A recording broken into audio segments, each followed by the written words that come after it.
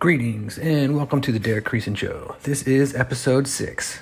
So first I want to start off by saying I usually come to the USO to record these episodes because they have reading rooms where you can go read books and record them for your kids, and it's usually pretty quiet compared to other places I can find like the barracks. But apparently it's Cajun night at the USO, so there's a bunch of food in there and a bunch of accordion music. So if you hear some silly music in the background, I'm doing the best I can with what I got for now. So enjoy Cajun night and the accordion music. I can't believe it, but whatever. As always, you can hit me up on Twitter and Instagram at Derek Creason. Email me your comments and thoughts, derek@derekcreason.com. You can go there and sign up for my newsletter for the latest updates. And as always, go to amazon.com and pick up my book, 20-something, Surviving the 10 Most Important Years of Your Life. You can get it on paperback or Kindle. Let's hit the rundown for the show today. Coming up today on the show, we've got creative stuff coming up. I'll go over movies, I'll go over news, and I'll go over some sports stuff as well.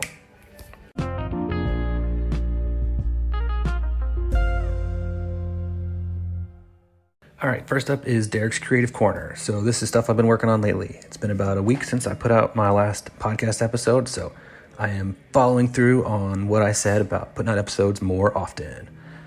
In that week, since I put out that last episode, I have been working on updating and refreshing all of my social media and content platforms. So I've worked on creating new backgrounds for Facebook, for Twitter, for YouTube, I made new cover art for my podcast. I updated the design of my website a little bit, and I also started making some videos for TikTok and Instagram Reels as well. And that's totally new for me, so kind of excited to branch out into that, making more content. I like making videos. It's kind of what I got my undergrad degree in. A lot of the technology has changed, but the ideas and stuff remains the same.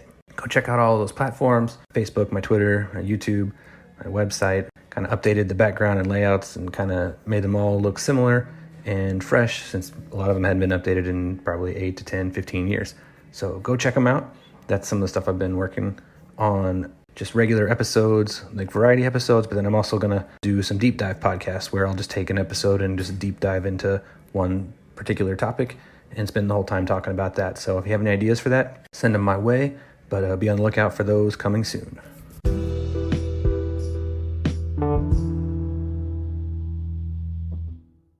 Next up is movies.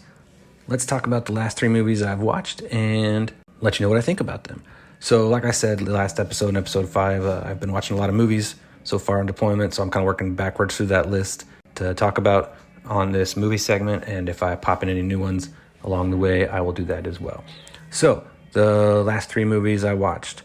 The first one is Day Shift. This one is on Netflix. It's a vampire movie with Jamie Foxx. It was actually kind of fun and entertaining and fairly violent. A lot of martial arts and gunplay. Always entertaining. Jamie Foxx is always entertaining.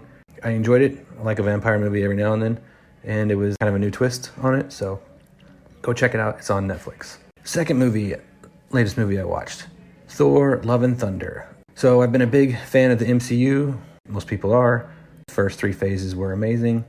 Phase 4 is okay. So for Thor: Love and Thunder, I thought it was a very entertaining movie, very funny, witty, and so for that, it got good reviews. It's entertaining. I like that part of it. But I also feel like they are just dumbing down the character of Thor and making him dumber and dumber.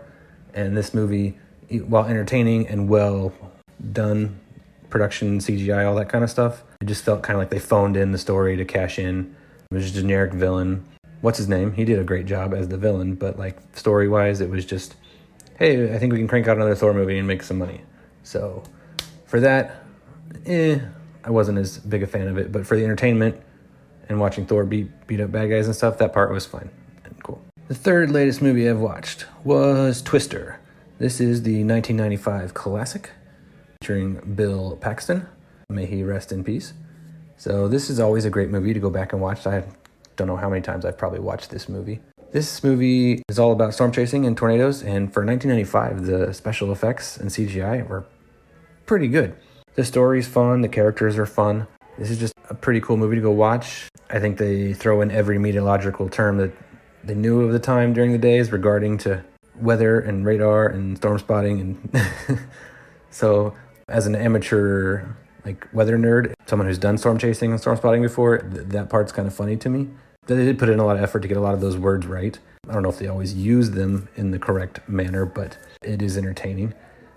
I did read the other day that there's a sequel in development, so that would be actually pretty cool to see and exciting, as long as it's well above the production value of like Sharknado or something like that. Twister is always a great movie to go watch, especially if you've got a good sound system. Go back and check it out. Tell me if you like it. So those are the last 3 movies that I've watched. If you got any movies you think I should watch or haven't watched, let me know. If you go on my profile on my website, go to my About Me page, I list like some of my favorite movies. I've got a link to my profile on Letterboxd or Letterboxd, I don't know how you say it, but it's a social media website all based around movies where you can log all the movies you've watched and rate them. Be friends with me on there. I've got some friends on there, but I like to be able to rate all the movies I've watched and log them, which is kind of fun. You're like, have I seen that movie? You can go look it up. So go check that out. Send me your feedback. Send me what movies you think I should go see and what you think of my thoughts on these movies.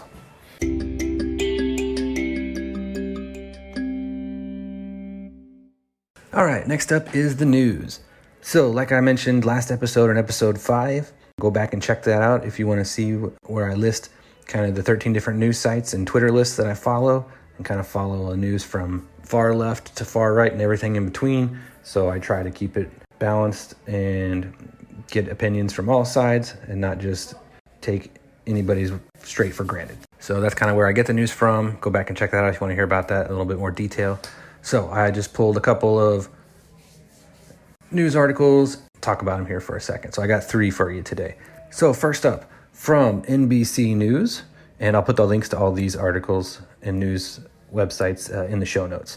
So first up, from NBC News, the headline is, and I don't know how to pronounce his name, so I'm gonna bomb it, but Xi Jinping secures his historic 3rd term as the leader of China. I'll just read a couple highlights from it.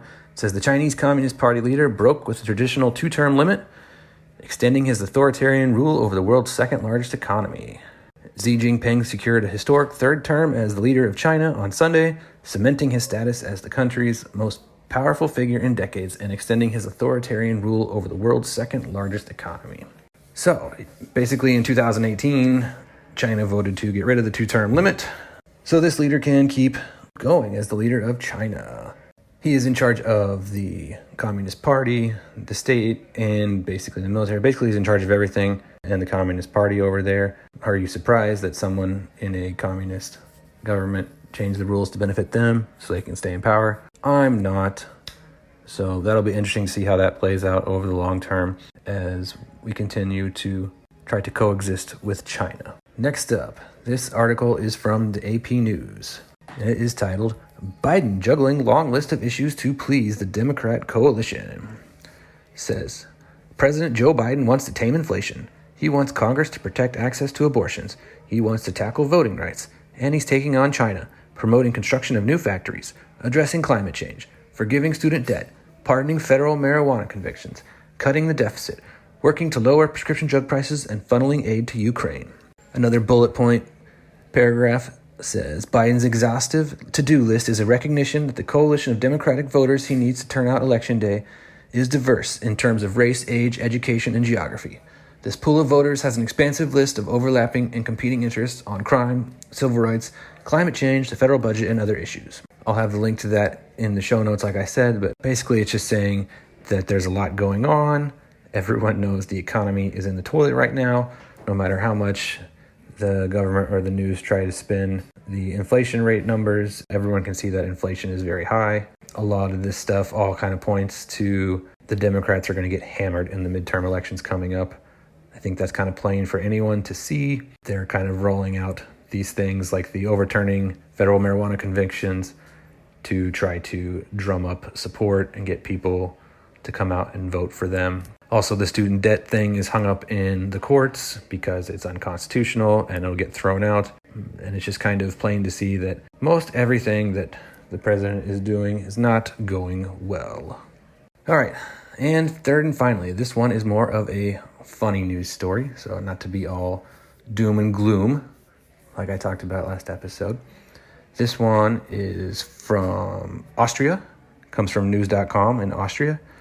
And basically, I'll just read you the headline. It says, VW climate protesters demand bowls to urinate and defecate in after gluing themselves to the floor. Climate protesters who glued themselves to the floor of a Volkswagen showroom in Germany have demanded a bowl to urinate and defecate in. And this is just kind of a funny story. So these are climate protesters who obviously did not think this through and decided to do some form of a sit-in at this VW showroom, automobiles that, run on gas, obviously. And they glued themselves to the floor and then demanded a whole bunch of things from VW. And VW said, hey, we support your right to protest, but we're not giving you these bowls. And they turned off the lights and the heat and just went home for the night. So that's pretty funny. Good luck to those protesters. I don't think they're going to do anything but be cold and wet and stinky. So we'll see how that one turns out. So that's it for the news today. All right, next up is sports. So we're going to talk about UFC 280 today. We're going to talk about the Kansas City Chiefs and NFL. And then I'll throw out some sports picks that I've made. Not that you'll get them in time for any of the games today, but I'll just give you some of my picks. So first up, UFC 280. This was last night or the night before this weekend, basically. And there was 5 fights on the main card. For me, this was not as an exciting pay-per-view for UFC as some of them are. There was some good hits on some of the fights. There was some good, I think one fight, guy got busted open pretty good. And there was only one TKO. There wasn't any finishes of people just getting knocked straight out during the fight. First fight was, man, these are all these foreign names I'm going to bomb. Caitlin Chookagian versus Manon Fiorot. There's this flyweight division. They had a lot of good kicking in their fight. It was all stand-up pretty much the whole time. It went to decision and Fiorot won. The next fight was a lightweight fight between Beneil Dariush and Matuza Gambit. Dariush had won 7 in a row. He busted open Gambit's ear in round 1. Dariush had some pretty good takedown defense, and while they were grappling and stuff. Round 2 had some good knees and some good left hands from both guys. Round 3, there was a huge left hand from Dariush. He knocked the other guy down, points in his corner, and Dariush ended up winning by decision. The next fight was Peter Yan versus Sean O'Malley. This was bantamweight. These are the little guys, which they can still throw some pretty good punches.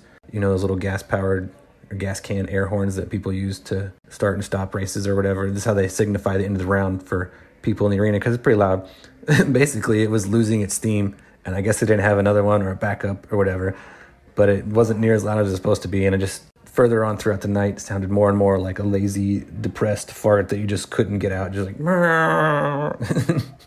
it's pretty funny. So if you get the chance, go back and watch it. Go read some of the funny tweets about it. Back to the Peter Yan and Sean O'Malley fight. So round 2, both guys got some pretty good massive punches to the face.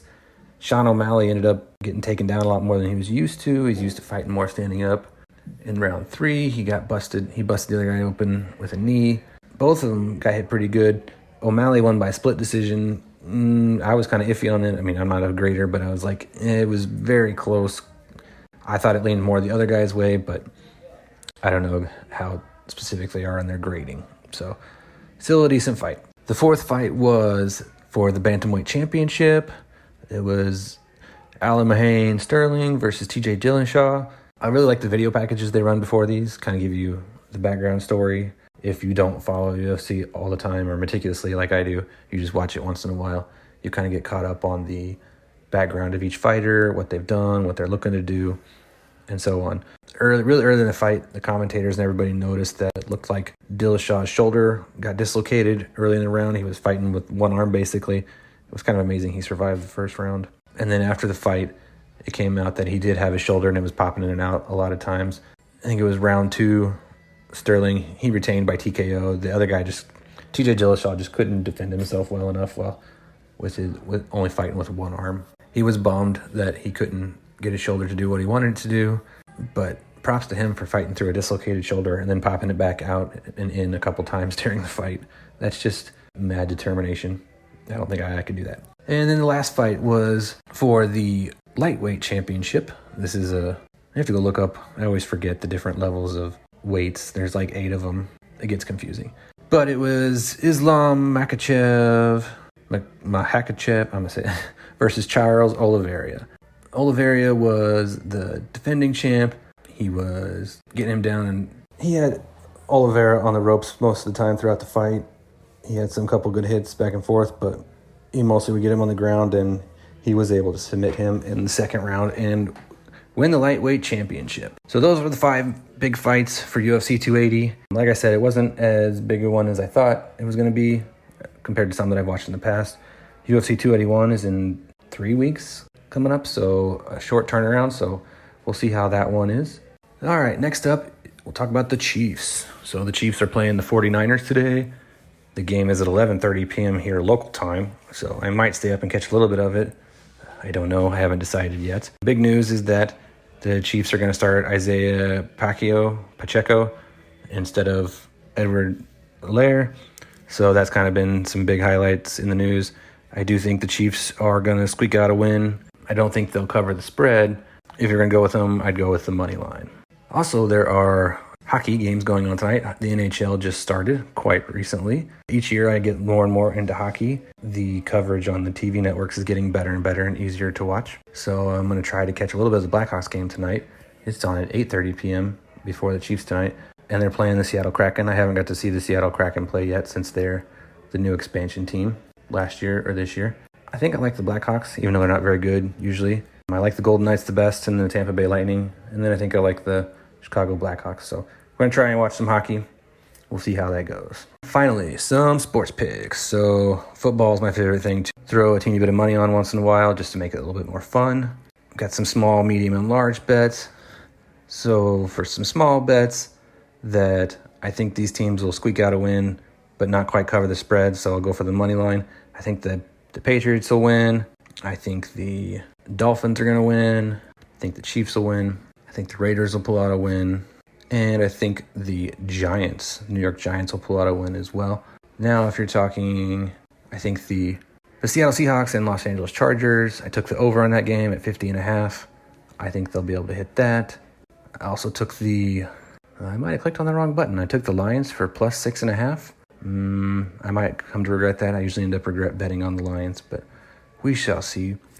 And then the biggest bet I got going on is the Indianapolis Colts plus 2.5 for this week. So hopefully they can pull that out this week. So those are some of my picks. Some weeks I do a little bit of research. Some weeks I do a lot of research. I usually read some power rankings, listen to some podcasts, listen to some NFL analysis by people, that kind of stuff. It's been mostly a good year for NFL. The first 5 weeks I've been profitable every single week. Then week 6 in the negative.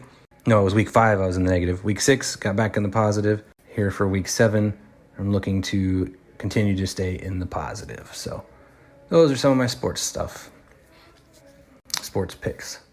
Lastly, for sports, I like to listen to, I mentioned last week on the podcast I listened to is Jason Whitlocks. Sometimes he talks politics, sometimes he talks sports. He had a great monologue or op-ed, whatever you want to call it, on LeBron James being bad for the NBA. I will link to the article and his podcast where he reads the article for about 7 minutes if you want to hear him read it versus reading it yourself. It's about 49.5 minutes into the episode, but it was really kind of a great op-ed on just how LeBron James is not good and kind of made people, here I'll just read some of the points from it. It's James's misguided quest to be seen as a social justice activist, talk show host, movie producer, and NBA power broker has demeaned the sport that made him famous. LeBron has driven athletes away from an intense focus on winning and dominance. Many athletes now divert much of their attention to settling up their post-sports career. They want to be moguls. Competition is their side hustle. Cultivating and managing a brand takes precedence over athletic feats. So that's kind of the whole gist of the article. He makes a lot of good points. You can see that a lot of that has contributed to kind of the downward spiral the NBA has been in the last few years, the more political or woke or whatever you want to call it that they've gotten. People just want to watch basketball, you know? I like to watch basketball. I like to play basketball. I usually only watch March Madness because I've got a busy life going on. When you drag all that other junk into sports, it kind of demeans sports in whole. There's a couple more bullet points here. He said, that's what LeBron has done to basketball. When I watch him play, I can't shake from my mind all the other aspects of his life he's forced me to consume. When I watched Jordan, Magic, Larry Bird, Kareem, and Isaiah Thomas, all I thought about was how incredible they were as athletes. I thought it was a pretty interesting article, so I'll link to it. Go check it out. Let me know what you think. I think he's very well articulated in what he's trying to say about it, and he's got a good point. It's hard to disagree with it.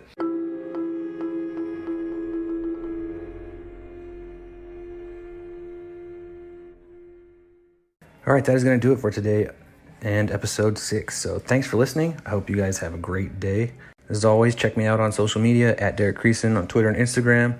Send me your feedback, questions, reviews, comments, anything you want to talk to me about. Derek@derekcreason.com is the email address. Go to my website, derekcreason.com. You can see the latest blog posts I've put up there. You can sign up for my newsletter.